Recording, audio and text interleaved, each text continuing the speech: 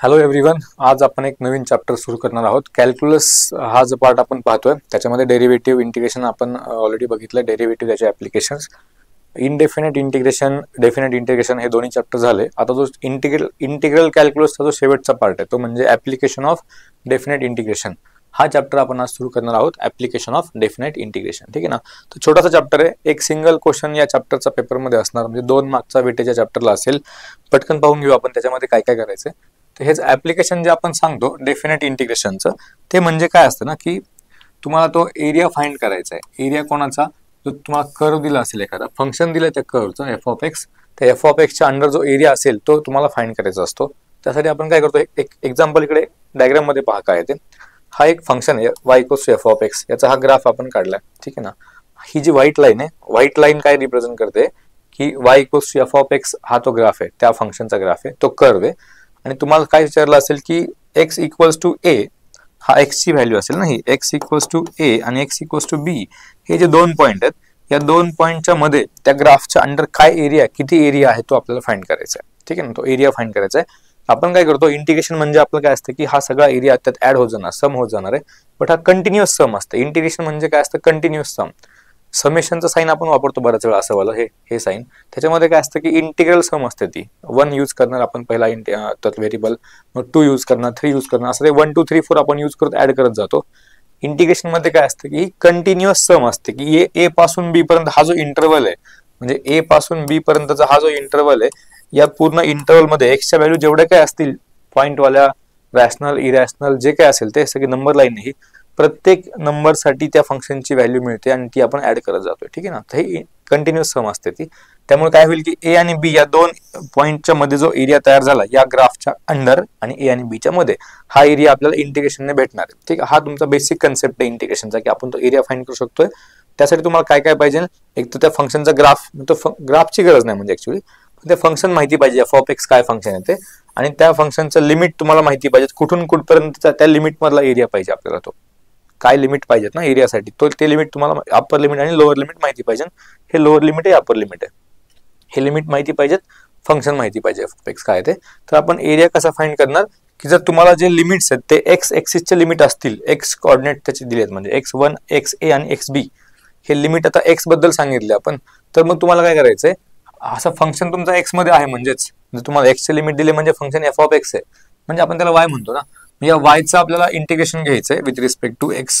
Y हा function आहे, in terms of x मध्ये असणार तो. आपल्याकडे लिमिट पण एक्सचे असतील, हे एक्स इक्वल्स टू ए आणि एक्स इक्वल्स टू बी, हे एक्सचे लिमिट असतील आपल्याकडे. तर आपण काय करणार, त्या फंक्शन मधून वाय बनवणार, वाय इक्वल्स टू जे काय असेल ते, त्याचं इंटिग्रेशन घ्यायचंय. तर इथे काय मिळेल तुम्हाला, area under this curve F of x मिळेल. हे कधी, जर एरिया तुम्हाला फाइंड करायचा एफ ऑफ एक्सच्या अंडरचा आणि एक्सचे लिमिट दिले असतील तर. दुसरी गोष्ट, आता तर असं फंक्शन दिलंय की x equals to y upon x. आपण मागे जाऊ एकदा, मागच्या याच्यावरती काय सांगितलं आपण, फंक्शन तुम्हाला दिलं होतं y equals to F of x, याच्या अंडरचा एरिया पाहिजे होता आणि हे 2 लिमिट दिले होते ए आणि बी, ठीक आहे. आता काय झालं, सेकंड पार्ट मध्ये मी काय सांगतोय की फंक्शन काय दिलं, फंक्शन दिलं x equals to F of y, हे फंक्शन दिलंय. एफ ऑफ वाय म्हणजे काय, ते function in terms of y, x function आहे इन टर्म्स ऑफ वाय. आता फंक्शन एक्स आहे, मगाशी फंक्शन वाय होतं, फंक्शन एक्स आहे इन टर्म्स ऑफ वाय, म्हणजे function in terms of y असेल तर तुम्हाला लिमिट कोणाचे पाहिजेत, वायचेच लिमिट पाहिजेत. म्हणून इथे काय सांगितलं मग, वायचे लिमिट काय असतील, वाय इक्वल्स टू ए आणि वाय इक्वल्स टू बी असेल, ठीक आहे ना. हे 2 जर लिमिट असतील तर आता हा ग्राफ येतो, हा ग्राफ आपण काढला X equals to F of वायचा, हे function X equals to F of Y आणि वाय इक्वल्स टू ए आणि वाय इक्वल्स टू बी, हे 2 लिमिट आपल्याकडे वायचे आहेत, हे वायच्या व्हॅल्यूज आहेत, हे वाय इक्वल्स टू, हे वाय इक्वल्स टू, ठीक आहे ना, या वायच्या व्हॅल्यूज आहेत. असं असेल तर आता या फंक्शनच्या अंडरचा एरिया पाहिजे आपल्याला, बट तो वाय एक्सिस वरती पाहिजे, ठीक आहे ना, त्याच्या अंडर वाय एक्सिस पर्यंतचा, कारण लिमिट पण वायचे आहेत. मग या केसमध्ये तुम्ही इंटिग्रेशन कोणाचं घेणार, या एक्सचं इंटिग्रेशन घेणार आहेत. इंटिग्रेशन कोणाचं सांगायचं आपल्याला, एक्सचं इंटिग्रेशन सांगायचंय विथ रिस्पेक्ट टू वाय, कारण तो फंक्शन एक्स आहे विथ रिस्पेक्ट टू वाय, ठीक आहे ना. समजते सगळ्यांना. म्हणजे जर फंक्शन वाय दिला असेल, Y in terms of x, तर तुम्हाला लिमिट एक्सचे पाहिजेत, एफ ऑफ एक्सचे लिमिट घ्यायचं विथ रिस्पेक्ट टू एक्स. जर फंक्शन एक्स दिलंय एफ ऑफ वाय, म्हणजे वाय मध्ये फंक्शन आता आहे, त्याच्यातला व्हेरिएबल वाय, तर लिमिट पण तुमच्याकडे वायचे असायला पाहिजे ए टू बी, आणि मग आपण इंटिग्रेशन कोणाचं घेणार, त्या एक्सचं इंटिग्रेशन घेणार, ठीक आहे. हा झाला सेकंड पार्ट. पुढे चालायचं आता. जर समजा असं झालं की 2 कर्वच्या मधला एरिया पाहिजे, त्यांच्या बिटवीन जो एरिया तयार होईल, 2 फंक्शन दिले, त्या दोघांचे 2 कर्व आपण दाखवलेत. हा एक curve F of 1 f(1x) y1 म्हणजे हा सेकंड कर्व आहे y2 म्हणजेच f(2x). हे दोन कर्व आहेत आणि या दोन फंक्शनच्या मध्ये त्यांच्यामध्ये जो एरिया बाउंडेड आहे या दोन लिमिटच्या मध्ये, ह्या ए पॉइंट आणि बी पॉइंट हे तुम्हाला लिमिट असतील। आता हे कधी कधी काय असतं ना, क्वेश्चन मध्ये गिवन नसतात, आपण ते पॉइंट ऑफ इंटरसेक्शन फाइंड करतो। हा ए म्हणजेच हा पॉइंट ऑफ इंटरसेक्शन आहे, बी म्हणजे हा पॉइंट ऑफ इंटरसेक्शन आहे। म्हणजे क्वेश्चन मध्ये गिवन नसेल लिमिट काय आहे ते, तर आपल्याला ते दोन पॉइंट ऑफ इंटरसेक्शन फाइंड करून हे दोन पॉइंट मिळवायचे। म्हणजे दोन पॉइंट मिळाले म्हणजे तुम्हाला लिमिट मिळतील इंटिग्रेशनचे, की ए पासून बी पर्यंतचा एरिया पाहिजे या दोन कर्वच्या मधला, या दोन कर्वच्या मध्ये जो तयार झाला तो एरिया पाहिजे आपल्याला। मग असं असेल तर आपण इंटिग्रेशन आता घेणार कोणाचं, तर पहा ना, वरती फंक्शन वरती ग्राफ कोणाचा आहे, या y1 चा ग्राफ आहे वर हा, ठीक आहे ना। याच्या अंडरचा जो एरिया येईल तो एवढा सगळा मिळेल। त्या ग्राफच्या खाली जे एक्स एक्सिस पर्यंत येऊ ना आपण, इथपर्यंत सगळा एरिया मिळेल याच्या खाली। याचं इंटिग्रेशन घेतलं आपण तर y1 चं इंटिग्रेशन, f(f1) चं इंटिग्रेशन म्हणजेच काय मिळेल, हा जो वरचा ग्राफ आहे याच्या अंडर पूर्ण एक्स एक्सिस पर्यंतचा एरिया। आता आपला खालचा हा पार्ट नकोय आपल्याला ना, हा वाला, तर आपण काय करायचं मग, हा जो खालचा ग्राफ आहे सेकंड वाला जो कर्व आहे जो त्या वरच्या कर्वच्या खाली आहे, हा जो कर्व आहे याच्या अंडरचा जो एरिया तुम्ही काढला तर तो म्हणजे जो नकोय तो पार्ट आहे, हा वाला पार्ट आहे। सेकंड कर्वचा जे अंडरवाला जो पार्ट आहे, जो रिजन आहे, तो म्हणजे तो नको वाला आपल्याला ना, तो नाही पाहिजे आपल्याला। म्हणून आपण काय करणार मग, सेकंड जो आपण सांगतोय फंक्शन f(2x) हे वाला फंक्शन, याच्या अंडरचा जो एरिया आहे तो वरच्या कर्वच्या अंडरच्या एरिया मधून खालच्या कर्वच्या अंडरचा एरिया मायनस केला आपण, समजते ना। म्हणजे या ग्राफच्या खाली जो काही एरिया आहे या दोन लिमिटच्या आतमध्ये त्याच्यामधून मायनस केलं मी या ग्राफच्या खालचा एरिया, म्हणजे जो नकोय तो पार्ट मायनस झाला, तर राहील काय फक्त हे जे काही मी शेड केलंय वरती, हा रिजन राहील फक्त। तर हा पार्ट म्हणजेच काय असेल तर integration of f(1x) minus f(2x), limit असेल a to b, ठीक आहे। हे जर निगेटिव्ह जरी आलं तरी आपण त्याला मॉड मध्ये सांगणार पॉझिटिव्ह करायचं, कारण एरिया असणार, एरिया ऑलवेज पॉझिटिव्ह असेल, याचा आन्सर निगेटिव्ह कधी सांगायचं नाही आपल्याला, हे ऑलवेज पॉझिटिव्ह असणार आहे, ठीक आहे ना। सो दोन कर्वच्या मध्ये जर एरिया विचारला असेल तर आपण काय करायचं, वरच्या कर्वचं इंटिग्रेशन त्या लिमिटच्या मध्ये मायनस खालच्या कर्वचं इंटिग्रेशन त्या लिमिटच्या मध्ये। आता कधी कधी असं होईल की ग्राफ माहित नाही आपल्या फंक्शनचे काय आहेत ते, आपण ग्राफ प्रत्येक वेळेस नाही काढू शकत ना, मग त्या केसमध्ये काय करायचं, कुठला पण फंक्शन f1 घ्या, कुठला पण f2 घ्या, पण या व्हॅल्यूला फक्त मॉड टाका, हे मॉड मध्ये असेल, जे काही आन्सर येईल ते मॉड मध्ये असेल, फक्त एवढंच लिहायचं आपल्याला।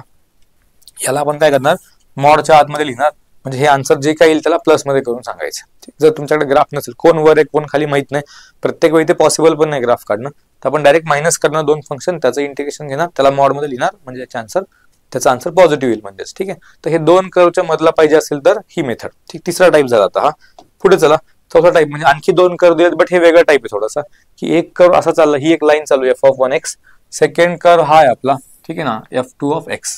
आता यांच्यामध्ये एरिया जर पाहिजे असेल तर हा जो पॉइंट ऑफ इंटरसेक्शन दाखवला इथे, पॉइंट सी, या पॉइंट पर्यंत म्हणजे या ए पॉइंट पासून सी पॉइंट पर्यंत जाण्यासाठी इथे हे फंक्शन f1 आहे, f(1)(x) च्या खालचा एरिया तुम्हाला पाहिजे या दोन लिमिटच्या आतमध्ये। पण इथून सीच्या पुढे आपण चाललो, सीच्या पुढे चाललो की काय झालंय, याच्या पुढे गेलो की हे फंक्शन बदललंय वरचं वाला, हा ग्राफ बदललाय ना, वरती फंक्शन f(2x) आहे आता, मग त्याच्या अंडरचा एरिया पाहिजे। म्हणून मग काय करायचं या केसमध्ये, ए टू सी हे जे काही लिमिट तुमचं असेल, ए पासून सी पर्यंतचं लिमिट, ए पासून सी पर्यंतचं लिमिट, इथे आपण कोणाचं इंटिग्रेशन घेणार आहेत, त्या पहिल्या फंक्शनचं, या लाईनच्या खाली हा एरिया ना, या लाईनचं जे इक्वेशन असेल तिथून आपण f(x) बनवायचा, प्लस, आता इथे प्लस करतोय आपण, कारण हे दोन एरिया ऍड करायचे आपल्याला, मागच्या पार्ट मध्ये दोन एरिया मायनस केले आपण एकमेकांमधून, आता आपण प्लस करणार आहेत, तर प्लस करायचंय। सेकंड पार्ट मध्ये काय होईल, या सी पासून बी पर्यंत लिमिट असेल, सी पासून बी पर्यंत लिमिट असेल, आणि त्याच्यावर जो कर्व आहे त्याचा जो फंक्शन आहे तो काय असेल तर f(2)x), ठीक आहे। या केसमध्ये काय होईल की दोन तुम्हाला एरिया ऍड करायचे, पहिल्या फंक्शनच्या अंडर, पहिल्या कर्वच्या अंडरचा एरिया प्लस त्या पॉइंट ऑफ इंटरसेक्शन पासून पुढे सेकंड कर्वच्या अंडरचा एरिया। आणि बऱ्याच वेळा हा पॉइंट ऑफ इंटरसेक्शन तुम्हाला फाइंड करावा लागेल, जो काही गिवन नसतो क्वेश्चन मध्ये, ठीक आहे ना। हे दोन कर्वला आपण सोबत सॉल्व्ह करून हा पॉइंट फाइंड करणार आहेत, मग तिथपर्यंत पहिलं लिमिट आणि प्लस तिथून पुढे सेकंड लिमिट। मागच्या पार्ट मध्ये आपण मागच्या टाइप मध्ये मायनस केले एरिया, कारण ते दोन कर्वच्या मधला एरिया पाहिजे होता, आता दोन कर्वच्या खालचा पूर्ण एरिया पाहिजे एक्स एक्सिस पर्यंतचा, तर ह्या पहिल्या कर्वच्या अंडर प्लस सेकंड कर्वच्या अंडर, हा एक वेगळा टाइप झाला म्हणजे, ठीक आहे। आतापर्यंत आपण काय केलंय, जर तो फंक्शन एक्स मध्ये असेल y = f(x), तर एक्स ची लिमिट पाहिजे, area of integration of y घ्यायचंय। जर तो फंक्शन एक्स असेल इन टर्म्स ऑफ y, तर y चे लिमिट पाहिजेत, इंटिग्रेशन ऑफ x घ्यायचं with respect to y। Third type बघितला, दोन फंक्शनच्या दोन कर्वच्या मधला area bounded between two curves, तर first curve minus second curve करून आपण तो इंटिग्रेशन घेणार, याच्यामध्ये काय करायचं, फर्स्ट कर्वच्या अंडर पॉइंट ऑफ इंटरसेक्शन पर्यंत, तिथून पुढे plus second कर्वच्या under point of intersection पासून अप्पर लिमिट पर्यंत. ठीक आहे, हा एक टाइप वेगळा झाला. आणखी नेक्स्ट टाइप बघायचं काय ते. आता अशा टाइपचं जर फंक्शन समजा असेल, या टाइपचं फंक्शन की एक्सच्या वरती अर्धा काही पार्ट आहे, एक्सच्या खाली काही पार्ट आहे. ठीक आहे ना, आपण काय करणार आता की या वरच्या पार्टचा एरिया फाइंड करणार. इथे काय लिमिट आहेत, ए पासून हा ए पॉइंट आहे, हा सी पॉइंट आहे. ए पासून सी पर्यंत जे लिमिट असेल, ए पासून सी पर्यंत लिमिट घेतलं आपण, तिथे फंक्शन एफ ऑफ एक्स, आणि हा ग्राफ पूर्ण एकाच फंक्शनचा असेल. हे काय वेगळा फंक्शन नाहीये, हा वरचा कर्व वेगळ्या फंक्शनचा, हा वेगळ्या फंक्शनचा नाहीये, तो एकच फंक्शन एफ ऑफ एक्स आहे. पण एफ ऑफ एक्स मध्ये काय झालं होता, ए पासून सी पर्यंत जाण्यासाठी हा वरचा वाला पार्ट आहे, पण तिथे लिमिट तुम्हाला ए टू सी घ्यायचंय आणि हा फर्स्ट याचा एरिया काढायचा, म्हणजे त्या फंक्शनचं इंटिग्रेशन घ्यायचं A to C. But second part मध्ये काय होईल, आता सी पासून बी पर्यंत जाणार आहेत ना आपण, पण त्याचं इंटिग्रेशन सेपरेट करा, सी टू बी, फंक्शन तर तेच आहे. ठीक आहे, इथे फक्त काय होणार ना प्रॉब्लेम, की सेकंड वाला पार्टचा एरिया मे बी निगेटिव्ह होऊ शकतो, निगेटिव्ह तयार होऊ शकतो, कारण तो निगेटिव्ह पार्टला आहे. तर त्याला मी मुद्दाम इथे मॉड टाकून ठेवलंय की हा A1 म्हणजे फर्स्ट पार्टचा एरिया, फर्स्ट रिजनचा, E2 म्हणजे सेकंड रिजनचा एरिया. बट हा जर इन केस निगेटिव्ह आलाच तर आपण त्याला काय करणार, पॉझिटिव्ह सांगणार, त्याचं मॉड लिहू. ठीक आहे ना, तर हे दोन वेगवेगळे आपण ऍड करत जाणार. A1 सेपरेट करा, A2 सेपरेट करा, त्यांची ऍडिशन करा. ठीक आहे ना, तर हे आन्सर तुमचं येऊन जाईल. हा एक आणखी वेगळा टाइप झाला. ठीक आहे, तर हे 3-4 टाइपचे ग्राफ आपले बनतील, 3-4 टाइपचे क्वेश्चन बनतील. ते आपण ग्राफवरून समजून घेतले काय करायला लागेल तुम्हाला. ते याच्यानंतर जे असेल ते काय असेल की काही शॉर्टकट्स आपल्याला पाठ करून ठेवावे लागतील या चॅप्टरसाठी. काही शॉर्टकट्स आहेत ते तुम्हाला पाठ करून ठेवायचे.